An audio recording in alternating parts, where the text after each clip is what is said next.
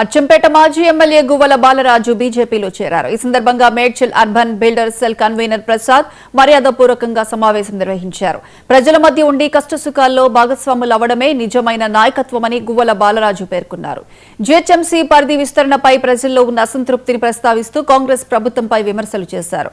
గత జీహెచ్ఎంసీ ఎన్నికల్లో బీజేపీ 50 స్థానాలు గెలిచిందని గుర్తు చేస్తూ రానున్న ఎన్నికల్లోనూ ప్రజల మద్దతు బీజేపీకే ఉంటుందని విశ్వాసం వ్యక్తం చేశారు. ఈ సమావేశంలో రాష్ట్ర, జిల్లా స్థాయి బీజేపీ నాయకులు, కార్పొరేటర్లు, కార్యకర్తలు పెద్ద సంఖ్యలో పాల్గొన్నారు. ఆర్భాటం చేయడం కాదు, ప్రజలకు అవసరం వచ్చినప్పుడు ఏ కష్టం వచ్చినా ప్రజల మధ్యలో ఉండాలి, అదే లీడర్ లక్షణము అనే విధంగా ఈరోజు సమావేశం అంతా కూడా జరిగింది.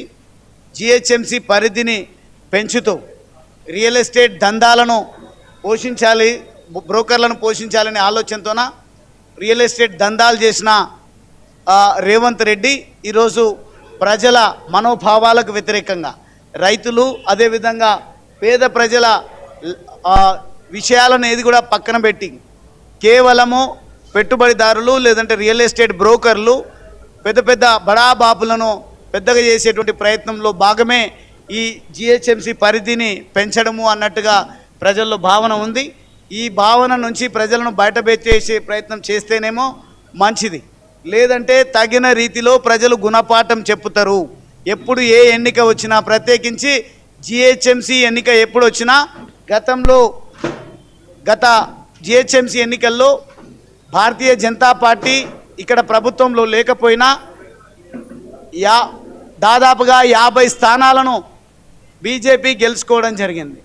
ఈరోజు ఒక పక్క బీఆర్ఎస్ విఫలమైంది, అవినీతి ఆరోపణలు, అవినీతికి పాల్పడి, అదేవిధంగా కాంగ్రెస్ పార్టీ వచ్చిన ఈ సదావకాశాన్ని ఉపయోగించుకోకుండా స్వలాభాల కోసం వారు ఏదైతే ప్రయత్నం చేస్తూ ఉన్నారో పూర్తిగా ప్రజలను నట్టేట ముంచి 6 గ్యారెంటీలు 420 హామీలు అని మోసం చేస్తూ వంచిస్తూ కాలయాపన చేస్తూ ఉన్నారు. కాబట్టి ఈ రెండు పార్టీల శకం ముగిసింది.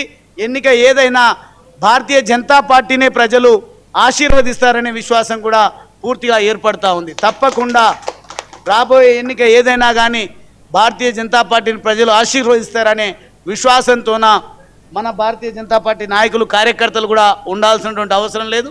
భారతీయ జనతా పార్టీ అంటేనే బాధ్యత కలిగినటువంటి పార్టీగా ఒక గుర్తింపు సాధించింది. కాబట్టే మంత్రి కింజరాపు అచ్చెన్నాయుడు శ్రీకాకుళం జిల్లా టెక్కలి పట్టణంలో